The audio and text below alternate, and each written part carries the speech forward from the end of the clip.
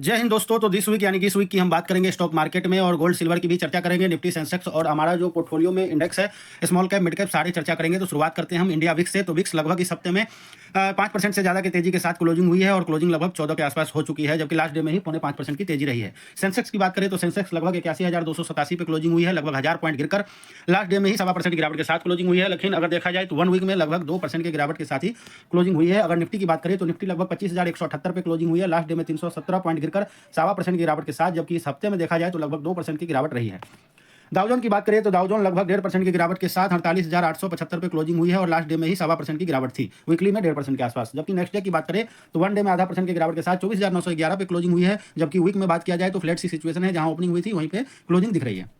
अगर गोल्ड की बात करें तो गोल्ड लगभग 5,267 पे क्लोजिंग हुई है, लास्ट डे में 53 पॉइंट बढ़कर 1% की तेजी के साथ, जबकि अगर इस वीक की बात करें तो लगभग 3% के आसपास की तेजी के साथ गोल्ड की क्लोजिंग हुई है।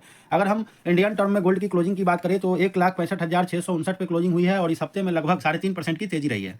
अगर सिल्वर की बात करें तो सिल्वर लगभग $94 के आसपास की क्लोजिंग हुई है, लास्ट डे में लगभग 7% के आसपास की तेजी थी। लेकिन अगर हम इस वीक की बात करें तो लगभग 11% के आसपास की तेजी के साथ सिल्वर स्ट्रॉन्ग मूवमेंट में क्लोजिंग दी है।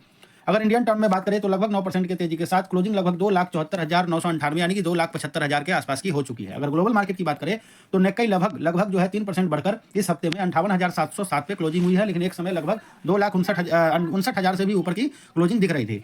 अगर डेक्स यानी कि जर्मनी की बात करें तो लगभग एक हफ्ते में 0.5% से ज़्यादा की तेजी के साथ क्लोजिंग हुई है और लास्ट डे में फ्लैट क्लोजिंग लगभग 25,284 पे हो चुकी है। अगर क्रूड ऑयल की बात करें तो यहाँ चिंता की विषय है, पर अगर वीक की बात करें तो लगभग 0.2% की तेजी है, जबकि लास्ट डे में ही लगभग 3% के आसपास की तेजी के साथ $67 पे क्लोजिंग हो चुकी है। अगर डॉलर इंडेक्स की बात करें तो ये लगभग पूरी वीक फ्लैट मूड में ही रहा है, देखा जाए तो नेगेटिव परसेंट में ही क्लोजिंग है, लेकिन जहाँ पे है वहीं पे चल रही है, लगभग 98 के आसपास डॉलर अभी दिख रहा है। अगर डॉलर वर्सेस रुपये की बात करें तो रुपये इस हफ्ते थोड़ा सा जो है कमजोर हुआ है, लगभग 0.34%, जबकि $91 से ऊपर के $1 बराबर 91 रुपये पर चल रहा है। पोर्टफोलियो की बात करें ऑल सेक्टर में तो निफ्टी बैंक की बात करें तो लगभग लास्ट डे में 1% की गिरावट थी और 658 पॉइंट गिरकर, जबकि अगर देखा जाए 1 वीक में 1% का ही गिरावट है। अगर निफ्टी मिड कैप की बात करें तो लगभग 0.5% की गिरावट के साथ 1 वीक में और लास्ट डे में 1% की गिरावट के साथ क्लोजिंग हुई है। अगर निफ्टी आईटी की बात करें तो लास्ट डे में तो क्लोजिंग फ्लैट सी हुई थी और हरे में, लेकिन अगर हम इस वीक की बात करें तो लगभग 4.5% की गिरावट के साथ ही क्लोजिंग हुई है।